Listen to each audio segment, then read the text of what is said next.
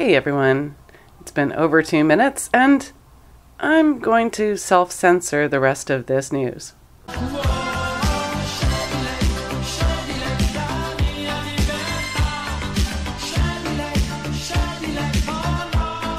Hi, I'm Diana Davison.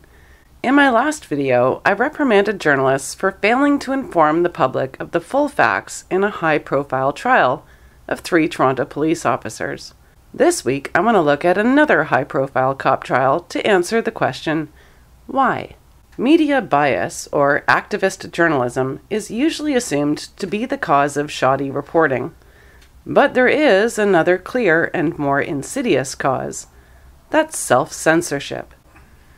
Jonathan Kay, former editor-in-chief at The Walrus, wrote an article on this subject at the end of June this year, giving us a rare look at the new pressures facing members of the media. A few weeks ago, shortly after I left my magazine gig, I had breakfast with a well-known Toronto man of letters. He told me his week had been rough, in part because he'd been discovered that he was still connected on social media with a colleague who'd fallen into disfavor with stupid Twitterland. "You know that we can all see that you're still friends with him," read one of the emails my friend had received. "So, what are you going to do about that?" "So I folded," he told me with a sad, defeated air. "I know I'm supposed to stick to my principles. That's what we tell ourselves. Free association and all that. It's part of the romance of our profession. But I can't afford to actually do that. These people control who gets jobs. I'm broke. So now I just go numb and say whatever they need me to say." This is a very important article, and Mr. Kay informs us as to how it got written. This essay you're reading, there are probably 1,000 other writers in Canada who have some draft of it on their hard drive or rattling around in their brain. The only reason it's my byline sitting at the top is that, by luck and good fortune, I've attained enough financial and professional independence to step outside the system. If I put food on the table from writing BuzzFeed columns or were up for course renewal at a local journalism school, this piece of writing would not exist. Is it no longer safe for a journalist to do an investigation? What if most journalists don't even want to know the truth anymore? We live in a world where the truth doesn't set you free. It gets you fired. When former Oklahoma police officer Daniel Holtzclaw was accused of sexually assaulting multiple drug addicts targeting poor black women, there were a lot of questions raised, just looking at it on the surface. It seemed so unlikely. Daniel was a former athlete and devoted bodybuilding health nut with an extremely attractive girlfriend and promising career. His accusers? They were poor, mostly drug-addled convicts of more than questionable health and rather sagging attributes. You would think that all journalists would be interested in why someone like Daniel would commit such acts. I wasn't a journalist at the time, but I still recall seeing the photos and thinking, what the fuck? But it wasn't until after he was convicted that a journalist, Jeff Arnold, dared to ask the question, who is Daniel Holtzclaw? As a result, he and the editor who approved the piece were promptly fired, and the article was taken offline within hours of the social media outrage response. From the moment the story about Daniel broke, there was only one acceptable way of reporting it. #believe the victim. Even now, 2 years later, with DNA experts writing reports on how the DNA evidence was misrepresented in trial, reporters are focusing on their own First Amendment violations, instead of trying to revisit the facts of the case. Fox 25's Phil Cross, who's done an excellent job raising the alarm over the outrageous shroud of secrecy in Daniel's appeal case, and Lisa Monahan from News 9, who reached out to give Daniel's voice some proper airtime, but mostly in regards to what it feels like to be excluded from his own appeal hearing. Well, they're more concerned with the violations against journalists than with the glaringly obvious story that Daniel was railroaded from the very start. At what point is it okay for us to revisit the banned article by Jeff Arnold? Since I don't need approval from the media or Twitter, I'm going to revisit it now, and I hope all the journalists who mocked and gloated over Mr. Arnold's fate choke on a serving of crow right now. Jeff Arnold had insight. He had reported on Daniel Holtzclaw way back when Daniel was a rising football star. He was a sports journalist, and he knew firsthand that something smelled funny. There is zero evidence that Daniel Holtzclaw was capable of the crimes he was convicted of. None of it meshes with the reality of who this man really was.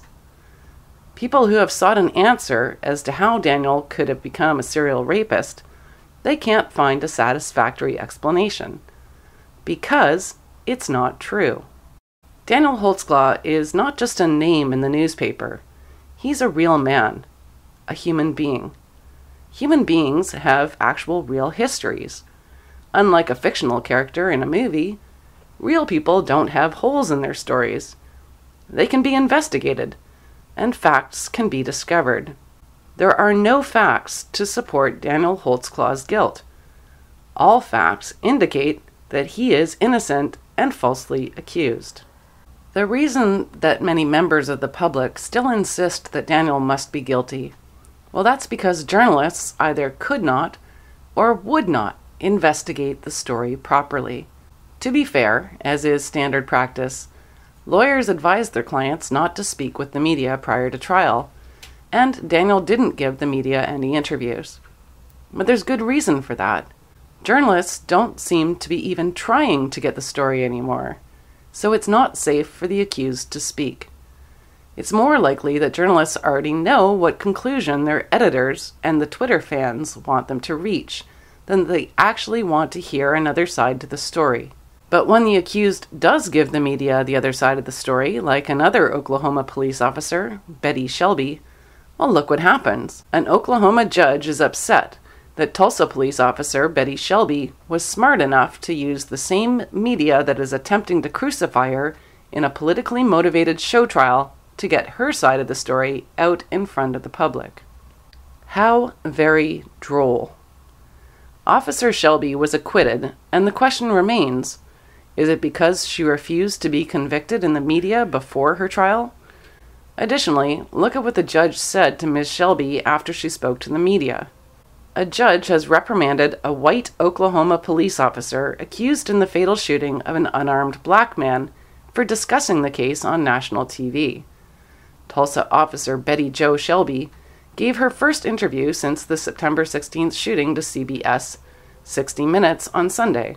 Judge Doug Drummond issued the formal rebuke Thursday, cautioning attorneys that further publicity could jeopardize the chance of conducting an impartial trial. Well, where was the condemnation for the other people speaking to the media? Like in Daniel Holtzclaw's pretrial in social media, only the accusers have permission to speak to journalists before trial. Apparently, judges don't think this poses a risk to a fair trial. Even when protesters were chanting so loudly outside the courtroom that Daniel's trial was interrupted, the judge had no harsh words or opinions on how this might affect the jury. When Daniel was fired by Chief Bill Citty almost a year before his trial, Citty's public statement made pretrial assertions about Daniel's guilt on untested charges still before the court. Where was Judge Timothy Henderson's condemnation for Chief Bill Citty when 11 months before trial, Citty released a public statement that said, "Your offenses committed against women in our community constitute the greatest abuse of police authority I have witnessed in my 37 years as a member of this agency," Citty wrote. "These violations more than warrant your termination from the Oklahoma City Police Department." Here's a problem with Chief Citty's public comment that I can tell you is 100% factual. Bill Citty did not witness anything. I think Citty deserves a reprimand from Judge Henderson, at the very least. I mean, if that's the standard that so-called justice have for public media comments before trial. But we don't have a standard, especially in the US, where judges and district attorneys are publicly elected. They are also at the mercy of social media vigilantes. Judge Henderson has to care what people think about him on Twitter. So who is going to make sure Daniel Holtzclaw gets a fair trial? Who will be the next Daniel Holtzclaw? And for police officers, don't think for a second you can't be that next Daniel. And when the social justice warriors come for you, because they love attacking cops, how many years will you be in prison before the secret Court of Appeals grants you a retrial.